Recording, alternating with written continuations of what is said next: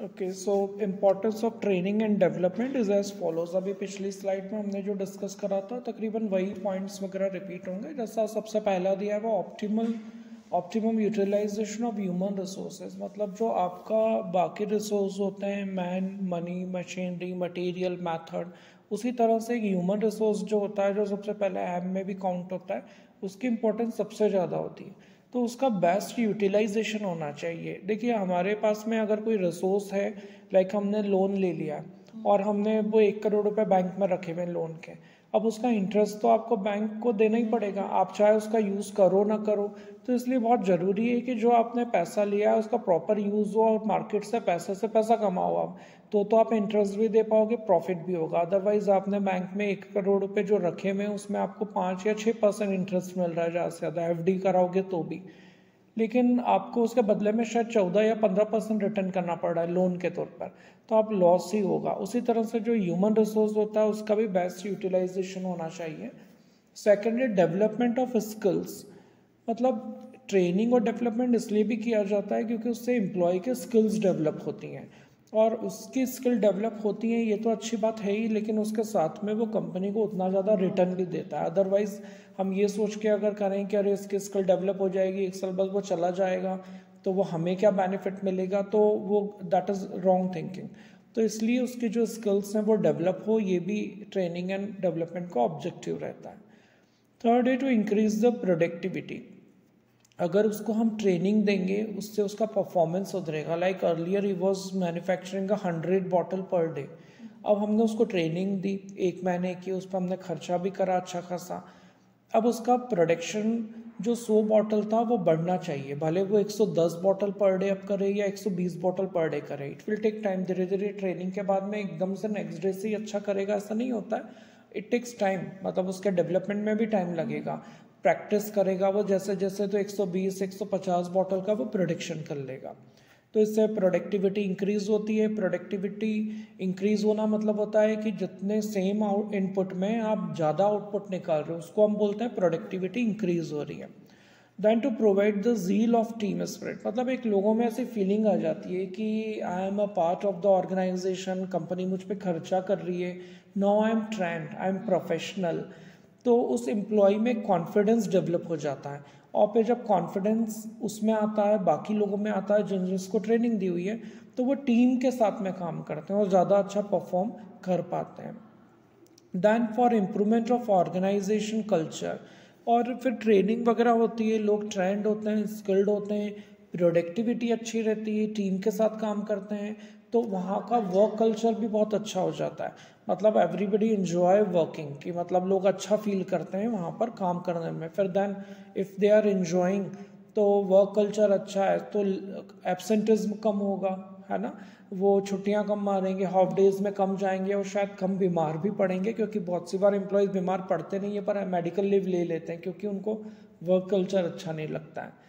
Then to improve quality और safety, और इससे ट्रेनिंग के बाद में क्वालिटी तो इम्प्रूव होती है, साथ में उसकी सेफ्टी भी बढ़ती है। मतलब ट्रेनिंग में ये भी तो सिखाया जाता है कि आपको क्वालिटेटिव प्रोडक्ट बनाना है, और ट्रेनिंग में ये भी सिखाया जाता है कि आपको सेफली काम करना है कंपनी में। अदरवाइज पुराने उसमें देखो तो जो लेबर्स होते थे आए दिन एक्सीडेंट्स होते रहते थे, किसी का हाथ कट रहा है, किसी का पाँव कट रहा है, कुछ केमिकल रिएक्शन हो गया स्किन पर, तो उससे एम्प्लॉयज़ परेशान हो जाते थे। और न सिर्फ एम्प्लॉय, मतलब उस एम्प्लॉय को तो नुकसान हुआ ही है जिसका हाथ या पाँव चला गया मशीन में, लेकिन कंपनी को भी एक अच्छा खासा कंपनसेशन अमाउंट देना पड़ता था उसके फैमिली को। अगर उसकी डेथ ही हो गई है तब तो देना ही पड़ेगा। तो अब सेफ्टी रूल्स भी बताए जाते हैं। जैसे अब आप कंपनीज में कभी इंडस्ट्रियल विजिट के लिए जाओगे तो आप देखते होगे वो येलो कलर का हेलमेट टाइप रहता है, ग्लव्स रहते हैं, वो पहन के जाना कंपलसरी रहता है। तो ये सब ट्रेनिंग में उसको इस चीज़ का इम्पोर्टेंस सिखाया जाता है। Then to increase profitability, company का प्रॉफिट इंक्रीज होता है इससे। अगर कंपनी में प्रोडक्टिविटी बढ़ रही है, मतलब कम इनपुट में ज़्यादा आउटपुट, पहले 100 बॉटल बनाता था अब 150 बॉटल बना रहा है, तो ओवरऑल कंपनी का प्रॉफिट रेशो भी बढ़ता ही है। Then improve the morale and corporate image, अगर प्रोडक्टिविटी अच्छी हो रही है, कंपनी टीम की तरह काम कर रही है, एम्प्लॉयज़ में स्किल्स हैं, ह्यूमन रिसोर्स का प्रॉपर यूटिलाइजेशन हो रहा है, तो जो कंपनी की इमेज है वो तो अच्छी होगी ही कि यार वहाँ आज हर कोई रिलायंस में या टाटा में क्यों जाना चाहता है, क्योंकि वहाँ का वर्क कल्चर अच्छा है, वहाँ एम्प्लॉयज़ को स्किल्ड लोग हैं, वहाँ पर उन लोगों की प्रोडक्टिविटी ज़्यादा है, वो लोग ज़्यादा सैलरी विड्रॉ करते हैं, और कहीं ना कहीं हर एम्प्लॉय में मॉरल भी उसका बूस्टअप होगा। देन नेक्स्ट दिया है need for training and development. अब अभी तक तो हमने इंपॉर्टेंस पढ़ा था, अब हम नीड और देख लेते हैं कि नीड क्या ज़रूरत होती है, कोई कंपनी क्यों इतना खर्चा करती है। So training and development of employees is a costly activity, क्योंकि अगर एक एम्प्लॉय को आप ट्रेनिंग दे रहे हो 1 महीने की, तो आपको उसको सैलरी भी देनी पड़ रही है, उसको स्टे कराने का खर्चा, वो आपके वहीं मॉर्निंग टी से लेके रात के डिनर तक का खर्चा रहता है। दैन जो ट्रेनर्स आते हैं वो लाखों में अमाउंट लेते हैं, बहुत से फेमस ट्रेनर्स हैं, और एक ही एक ट्रेनर तो नहीं रहेगा, 2-3 दिन में चेंज भी होते रहेंगे। जैसे एफडीसी का मैंने अभी एग्जांपल दिया था, तो उसमें जो योगेश्वरी में है तो वो 1.5-2 महीने की ट्रेनिंग रहती है, तो 2-3 लोग तो परमानेंट रहते ही हैं वहाँ पर, लेकिन हर 2-4 दिन में कोई ना कोई नया पर्सन आता है, मोटिवेशनल ट्रेनर होता है, स्किल्ड ट्रेनर होता है, तो वो भी अच्छा खासा अमाउंट लेते हैं। So, but it is essential that the company revises its goals and efficiencies with the changing environment. Here are a few critical reasons why the company endorses training and development sessions. तो यहाँ देखा जाए तो खर्चा होने के बाद भी ये चीज़ सोचने वाली है कि कंपनी ट्रेनिंग और डेवलपमेंट के सेशंस क्यों कंटिन्यू करती है।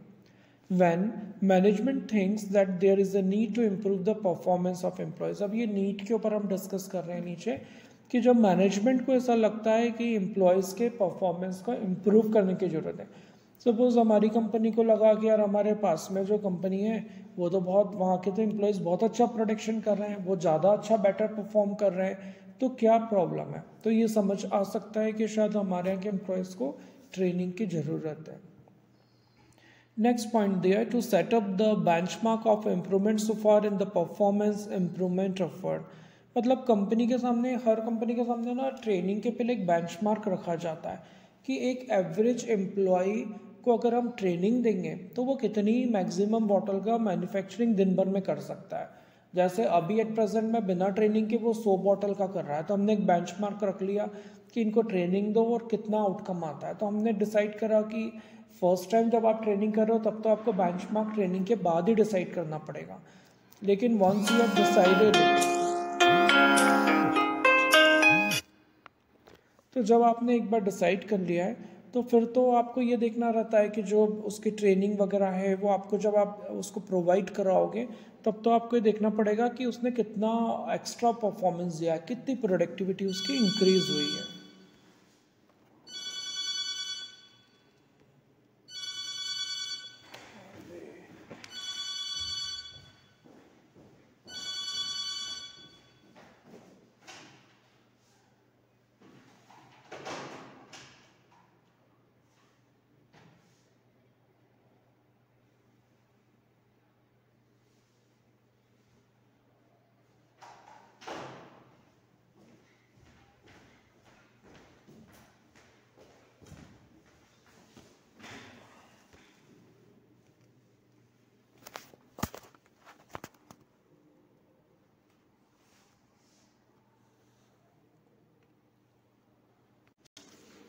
ओके, सो हम ये डिस्कस कर रहे थे सेकंड वाला पॉइंट कि बेंचमार्क हमें डिसाइड करना पड़ता है इम्प्रूवमेंट का, कि क्या लेवल तक अगर हम उसको ट्रेनिंग दे रहे हैं तो हमें आउटकम कितना मिलेगा मैक्स टू मैक्स। जैसे एक हमने डिसाइड कर लिया कि 150 बॉटल का प्रोडक्शन करेगा, अब वी एक्सपेक्ट कि हर एम्प्लॉय ट्रेनिंग के बाद में एटलीस्ट 150 बॉटल कर ले। ठीक है, कोई किसी एम्प्लॉय की कैपेबिलिटी कम होती है तो शायद वो 145 कर लेगा, और किसी एम्प्लॉय की कैपेबिलिटी ज़्यादा होगी तो वो बेंचमार्क यानी 150 से ज़्यादा 160 तक भी कर लेगा। बट ठीक है, वो थोड़ा बहुत मैनेज इसमें किया जाता है बेंचमार्किंग में। Next is to train about the specific job responsibility. कोई एम्प्लॉय है जो भी जूनियर लेवल पे काम करता आ रहा था, असिस्टेंट मैनेजर था, अब now he is going to be promoted as a manager, तो अब उसका प्रमोशन हो रहा है तो उसकी जॉब रिस्पॉन्सिबिलिटी बढ़ेंगी, जिम्मेदारियाँ बढ़ेगी, उसकी अकाउंटेबिलिटी बढ़ेगी, तो फिर हम उसको उस चीज़ की ट्रेनिंग देंगे कि एक स्पेसिफिक जॉब रिस्पॉन्सिबिलिटी जो उसको दी हुई है, जैसे पर्टिकुलर नया प्रोजेक्ट हमने लॉन्च करा, कोई नया प्रोडक्ट मार्केट में करा हमने, तो वहाँ पर उसको पर्टिकुलर स्पेसिफिकली उसको रिस्पॉन्सिबिलिटी दे दी है। तो वो वहाँ पर हम उसको ट्रेनिंग पहले प्रोवाइड कराएंगे। लास्ट में दिया है to test the new methodology of for increasing the productivity, और हम प्रोडक्टिविटी इंक्रीज कराने के लिए नए नए मैथड्स यूज़ करते हैं, जैसे क्लासरूम ट्रेनिंग हो गई, केस स्टडी के थ्रू जो एग्जीक्यूटिव लेवल के लोग होते हैं ना उनको केस स्टडीज़ भी दी जाती हैं, क्योंकि उनको तो मशीन से तो काम है नहीं, वो तो एग्जीक्यूटिव लेवल के हैं, तो हम उनको ये बताते हैं केस स्टडी की ये कंपनी में भी वही सिचुएशन थी जो हमारे यहाँ पर प्रॉब्लम है। उन केस स्टडी के बेस पर उसको फिर माइंड में एक थॉट डेवलप होता है कि इस प्रॉब्लम को अगर मैं फेस करूँगा मेरी कंपनी में तो मैं इसको कैसे सॉल्व करूँगा। तो ये पूरी मेथड इसमें सिखाई जाती है। और बताना advantage disadvantage. Okay, advantages of training and development. Of course जो ट्रेनिंग एंड डेवलपमेंट है इसके एडवांटेजेस वगैरह भी होते हैं। Training and development has a cost attached to it. देखिए, जहाँ कॉस्ट जुड़ी होती है, जहाँ पैसा जुड़ा हुआ होता है ना, मतलब जहाँ खर्चा होता है कंपनी का, मैनेजमेंट को पैसा खर्च करना पड़ता है, वहाँ मैनेजमेंट फिर आउटकम भी चाहता है ना। हमारी जेब से भी पैसा खर्च होता है तो हम ये देखते हैं कि यार ये रिटर्न में उतना आ रहा है कि नहीं हमें। However since it is beneficial for companies, अगर लॉन्ग टर्म की बात देखी जाए लॉन्ग रन में तो कंपनी को भी बेनिफिट होता है, लेकिन इनिशियली देखा जाए तो एम्प्लॉय ट्रेनिंग के बाद बेनिफिट लेने लग जाता है, मतलब उसकी स्किल डेवलप हो गई तो कंपनी को भी बेनिफिट मिल रहा है। अब there are certain advantages for that. It helps employees develop new skills and increases their knowledge. तो एक तो ये एडवांटेज होता है कि उससे एम्प्लॉय को का डेवलपमेंट होता है, उसकी स्किल डेवलप हो जाती है। सेकेंड एडवांटेज है improves efficiency and productivity. Productivity का हमने पीछे भी स्लाइड में पढ़ा था कि सेम इनपुट में ज़्यादा आउटपुट, मतलब अभी भी 8 घंटे में वो 100 यूनिट बना रहा है बॉटल की, लेकिन ट्रेनिंग के बाद में वो 8 घंटे में 150 यूनिट बना रहा है and is getting the same salary. उसको इंसेंटिव वगैरह अलग से दिए जाएंगे। Then proper training and development can remove bottlenecks in operations. बहुत सी बार ऑर्गेनाइजेशन में ऐसी प्रॉब्लम आती है कि कोई एम्प्लॉयज़ को सॉल्व नहीं कर पा रहा है। जैसे मान लीजिए एक ऑर्गेनाइजेशन है जो सॉफ्टवेयर क्रिएट करती है, सॉफ्टवेयर बनाती है, डेवलप करती है।